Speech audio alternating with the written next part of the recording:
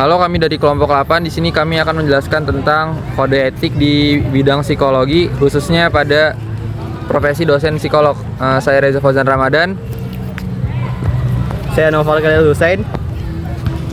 Saya Fahri Ramadan. Saya Raizan Faldan. Saya Alvin Aidin Muhammad Rafi. Assalamualaikum warahmatullahi wabarakatuh. Selamat pagi Mas Fajar. Perkenalkan, nama saya Fahri dan beserta anggota kelompok saya ada Alvin, Noval, Rezan, dan Reza. Sebelumnya kami ingin mengucapkan terima kasih kepada Mas Fajar karena telah menyempatkan waktunya untuk kami wawancara. Langsung masuk saja ke pertanyaan pertama.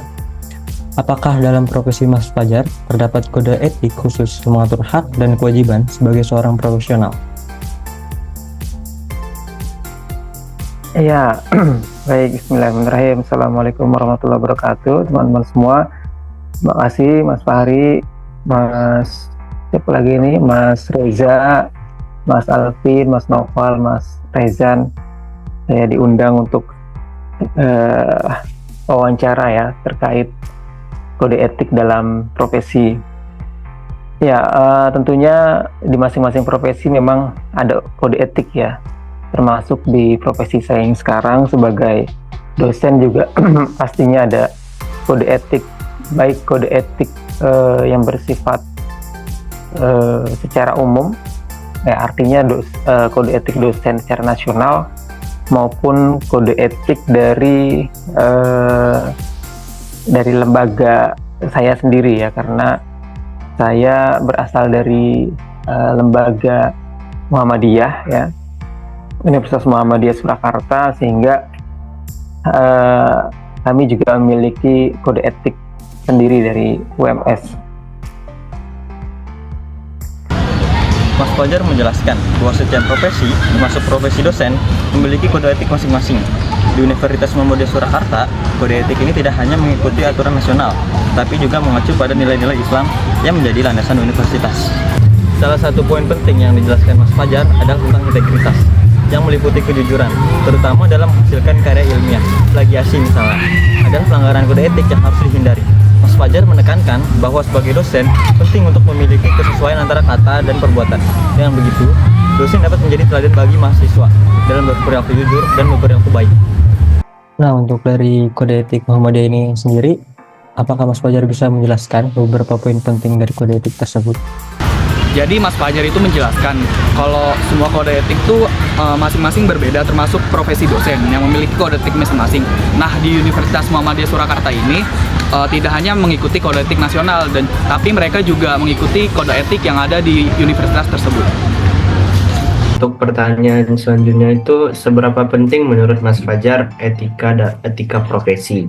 Apa dampak yang mungkin terjadi jika etika profesi tidak diterapkan? Menurut Mas Fajar, etika profesi sangat penting dalam mengatur perilaku dalam profesi. Tanpa etika, seseorang dapat bertindak tanpa batasan yang berpotensi menimbulkan masalah. Sebagai contoh, aturan mengenai bimbingan di luar kampus membantu mencegah situasi yang beresiko, khususnya bagi dosen dan mahasiswa yang berbeda jenis kelamin. Etika profesi ini menurutnya menjadi dasar untuk menghindari penyalahgunaan wewenang dan memastikan hubungan profesional tetap terjaga. Apakah bisa Mas Fajar tuh memberikan gambaran yang lebih rinci tentang etika profesi di bidang psikologi, terus juga bagaimana etikanya ini tuh diterapkan dalam praktik sehari-hari gitu, Mas? Mas Fajar juga memberikan penjelasan mengenai kode etik di bidang psikologi, khususnya pada profesi dosen. Misalnya seperti seorang dosen yang dilarang membiarkan perasaan-perasaan pribadi muncul, seperti rasa suka pada mahasiswinya. Hal tersebut guna untuk menjaga profesionalismenya. Oke Mas, selanjutnya pertanyaan saya masih sama dengan yang lain tuh. Untuk etika profesi psikolog tuh perbedaannya apa sih Mas sama etika profesi yang lain Mas?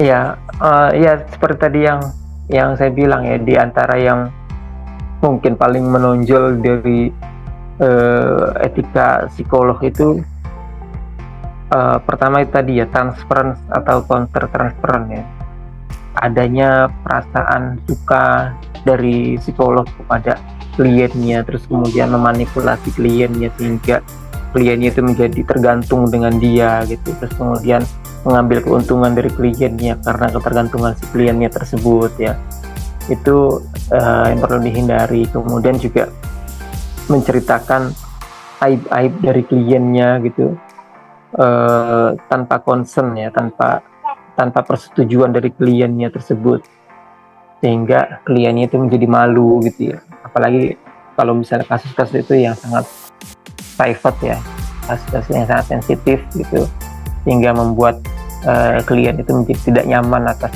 cerita dari psikolog tersebut kepada orang lain. Itu tentunya kan harus dihindari. Terus kemudian juga ya memiliki batasan kemampuan mengetahui atau mengukur kemampuan dirinya sendiri, apakah dia mampu menghadapi permasalahan klien tersebut atau enggak. Jangan sampai karena rasa rasa tahu yang tinggi atau rasa ingin memberikan pertolongan yang sangat tinggi, tapi dengan tidak dipahaminya satu kasus misalnya, atau tidak memiliki pengetahuan yang lebih dalam bidang tersebut, ya seharusnya tidak memaksakan diri ya. Jadi jangan memaksakan diri kalau memang dia itu tidak memiliki kompetensi di situ. Izin melanjutkan pertanyaan yang tadi Mas.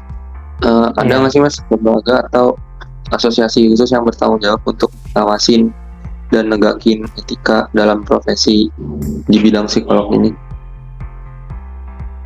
Ya, kalau psikolog ya, sebagai psikolog itu ada dari HIMSI ya, Himpunan Psikologi Indonesia. Nanti mereka itu yang berwenang untuk ya semacam memberikan peringatan gitu ya, ketika ada pelanggaran etika oleh psikolog ya. Kan setiap psikolog itu kan memiliki izin praktek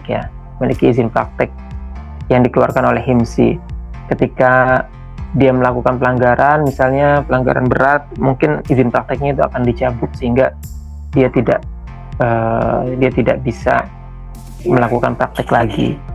Kalau profesi yang lain, misalnya dosen psikologi, ya mungkin dari institusinya masing-masing ya, dari institusi masing-masing. Kalau dosen swasta mungkin dari perguruan tingginya masing-masing atau yayasannya masing-masing. Kalau dosen PNS gitu ya, dosen dari PTN ya mungkin dari Kemendikbud ya, atau dari Dikti yang akan mengaturnya nanti. Dan saya kira masing-masing lembaga itu memiliki BPSDM ya, Biro Pengembangan Sumber Daya Manusia, dan biasanya mereka juga yang menjadi penilai dari perilaku dosen. Jika ada perilaku yang barangkali melanggar kode etik, biasanya akan diberikan peringatan terlebih dahulu oleh BPSDM. Kalau kemudian lebih berat lagi, ya mungkin akan level atas lagi yang akan mengambil keputusan, seperti dari rektor gitu ya, atau dari menteri barangkali kalau yang PNS. Oke, mungkin segitu aja pertanyaan dari kami. Kurang lebihnya mohon maaf dan terima kasih atas waktunya.